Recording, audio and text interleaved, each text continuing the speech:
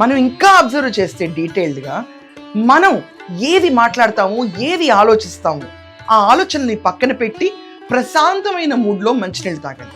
She gave the water to me, I just held it in my hands for 1 minute and gave it back to her and I said, drink it.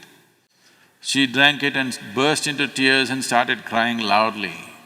It is sweet, she is crying. I said, that's all it is. ఎక్కడైనా అలజడిగా అనిపిస్తే ఇమ్మీడియట్గా అలజడి topics జరుగుతున్నా, discussion జరుగుతున్నా, మన మనశ్శాంతి లేకుండా ఉన్నా కూడా కొంచెం వాటర్ బాడీస్ నుంచి దూరంగా ఉండాలి.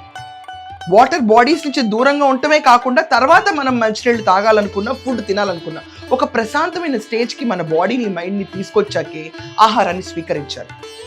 టీవీ చూస్తా కూర్చుని భోంచేయటం వల్ల ఏం జరుగుతుంది అనుకుంటున్నారా?